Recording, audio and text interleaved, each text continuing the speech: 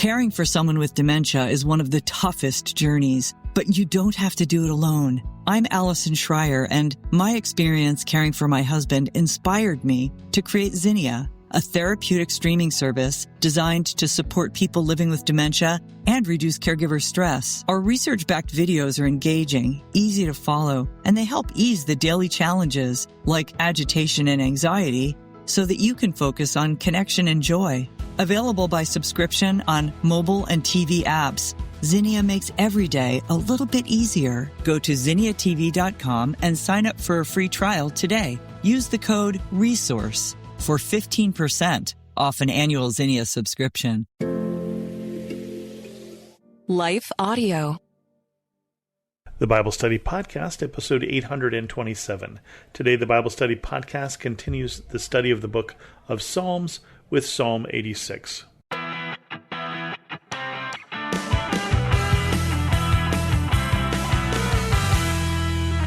Welcome to the Bible Study Podcast. I'm your host, Chris Christensen. We continue on with Psalm 86. This is a prayer of David, but before we get to that, first a message from this sponsor. Caring for someone with dementia is one of the toughest journeys, but you don't have to do it alone. I'm Allison Schreier, and my experience caring for my husband inspired me to create Zinnia, a therapeutic streaming service designed to support people living with dementia and reduce caregiver stress. Zinnia offers research-backed videos intentionally created for people with dementia, engaging, calming, and easy to follow. Whether you need to ease agitation, create moments of joy, or make daily routines smoother, Zinnia is here to help. Family and professional caregivers use our content to turn challenges into opportunities for connection. Accessible by subscription on mobile devices and connected TVs, Zinnia is simple to use whenever you need it. Because when caregiving feels easier, life feels better. Go to zinniatv.com and sign up for a free trial today. Use the code RESOURCE for 15% off an annual Zinnia subscription. Psalm 86, and it starts like this. Hear me, God, and answer me, for I am poor and needy. Guard my life, for I am faithful to you. Save your servant who trusts in you. You are my God. Have mercy on me, Lord. For I call to you all day long. Bring joy to your servant, Lord, for I put my trust in you. You, Lord, are forgiving and good, abounding in love to all who call to you. Hear my prayer, Lord. Listen to my cry for mercy. When I am in distress, I call to you, because you answer me. Among the gods there is none like you, Lord. No deeds compare with yours. All the nations you have made will come and worship before you, Lord. They will bring glory to your name. For you are great and do marvelous deeds. You alone are God. Teach me your way, Lord, that I may rely on your faithfulness.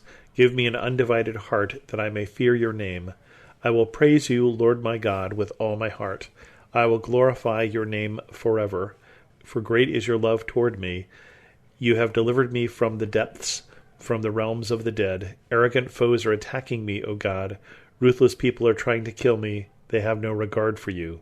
But you, Lord, are a compassionate and gracious God, slow to anger, abounding in love and faithfulness. Turn to me and have mercy on me. Show your strength in behalf of your servant. Save me because I serve you, just as my mother did. Give me a sign of your goodness, that my enemies may see it and be put to shame. For you, Lord, have helped me and comforted me. So we got this Psalm of David, this prayer of David, which is interesting to have it specifically labeled as a prayer because it is still a song. And as with many of the Psalms of David, we have to guess what time of his life he's writing this because it doesn't say. Sometimes it will give us a clue and this one doesn't, or at least sometimes it will tell us when and this one doesn't. Hear me, Lord, and answer me, for I am poor and needy. Guard my life. I am faithful to you. Save your servant who trusts in you. Now, I'm going to go out on a limb here that either he is being poetic or he is saying this potentially at a time period when he is not king yet. If he is poor and needy, then potentially this is the time period when he is fleeing from Saul. He's been anointed king, but he's not king yet. And so he's not rich, he's not living in a palace, he's probably living in a cave, potentially, when he writes this particular song. and he has been faithful. We haven't had some of the things that are going to want to go on later, like Bathsheba. And so we have him praying to God, saying, remember me, I serve you. Guard my life, for I am faithful to you. Save your servant who trusts in you. And so that would correspond, not necessarily only with that time, but it certainly reminds me of that time when David is running for his life and he hasn't done anything wrong.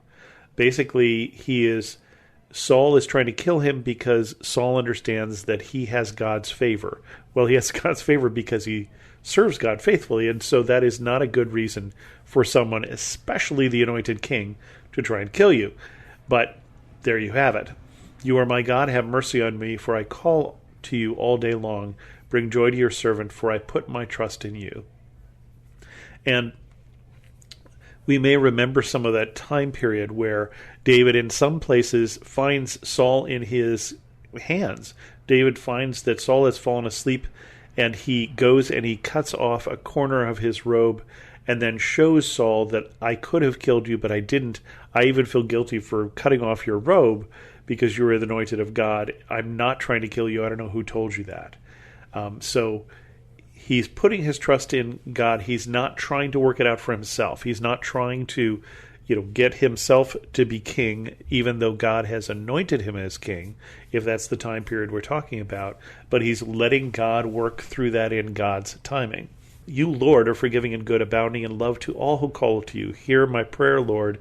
Listen to my cry for mercy. When I am in distress, I call to you because you answer me. Now, again, from the context of all of these things, him praying to guard my life, I'm poor and needy, I call to you all day long, we get the impression that he is writing this in a time period when things are not going well.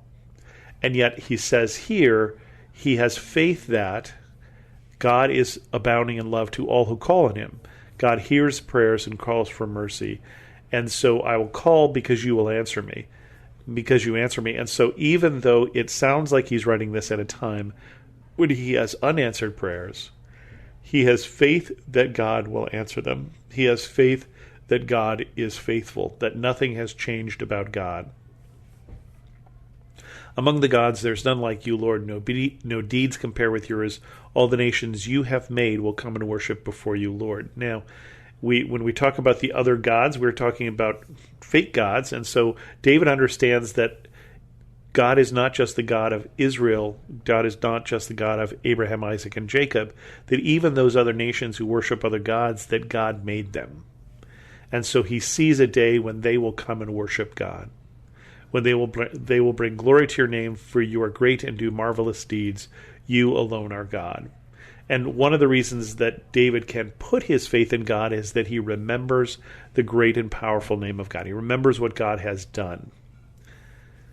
Teach me your ways, Lord, that I may rely on your faithfulness. Give me an undivided heart that I may fear your name.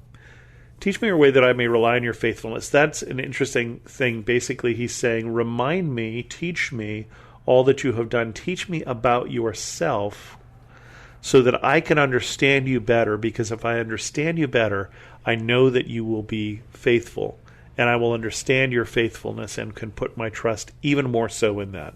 And then he said, give me an undivided heart that I may fear your name. And this reminded me of, I don't know if you've ever done one of these walk through the Bible in a day kind of classes, but they give you mnemonic devices for remembering the story of the people of God, especially I'm thinking of the Old Testament. Maybe that's the class, walk through the Old Testament in a day. And one of the ways that they do that is they give you a sign, for instance, something that you do as you talk about different periods. And I remember that King Saul, one of the things they do, that sign in that class, is half-hearted, and they held up one hand to be like half a shape of a heart, and then David wholehearted. And so David is potentially, as he's writing this, living in a time of a king who is half-hearted, a king who is not always faithful to God, a king who's got other things on his mind, like, is he going to stay king? Where for David, who's been anointed king, that's not the most important thing. Most important thing is being faithful. And so he says, give me an undivided heart that I may fear your name. Let me think Let the things that are on your heart be on my heart. Let the things that you care about be the things that I care about. Let what you care about be the most important thing to me. I will praise you, Lord my God, with all my heart. I will glorify your name forever. For great is your love toward me. You have delivered me from the depths, from the realm of the dead.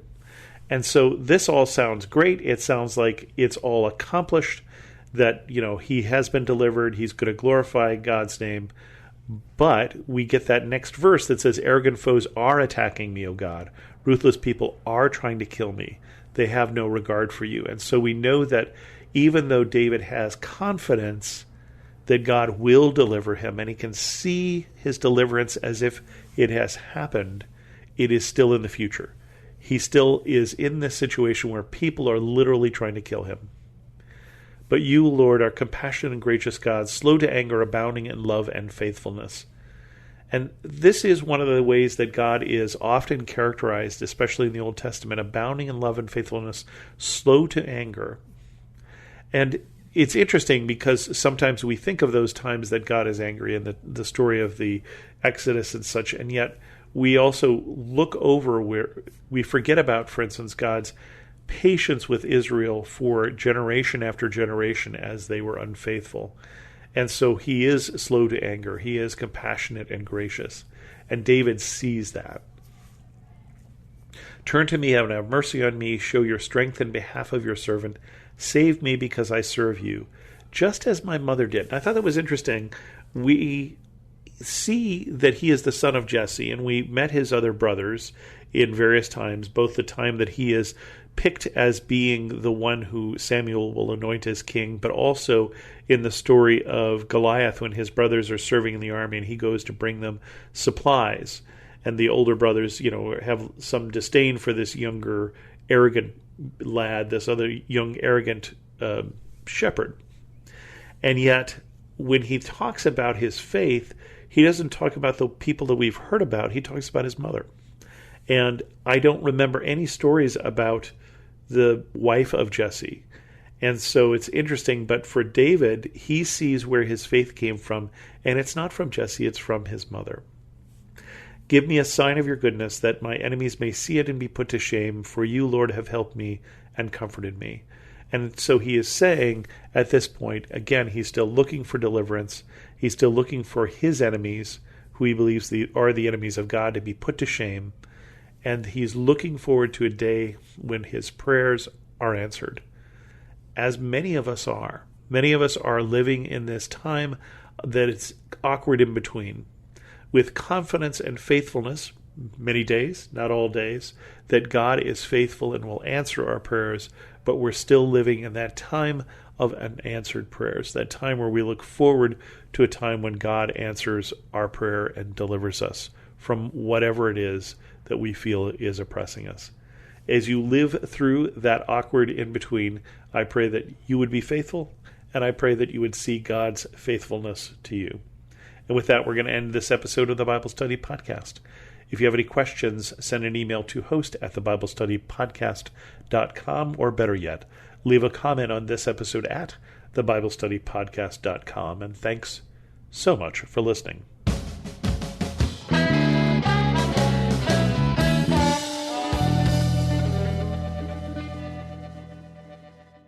I want to take just a second to thank the team at Life Audio for their partnership with us on this podcast. If you go to lifeaudio.com, you'll find dozens of other faith-centered podcasts in their network. They've got shows about prayer, Bible study, parenting, and more. Hi, friend. Are you stressed? Maybe even worried about so many needs around you that you've forgotten you are worth taking care of too?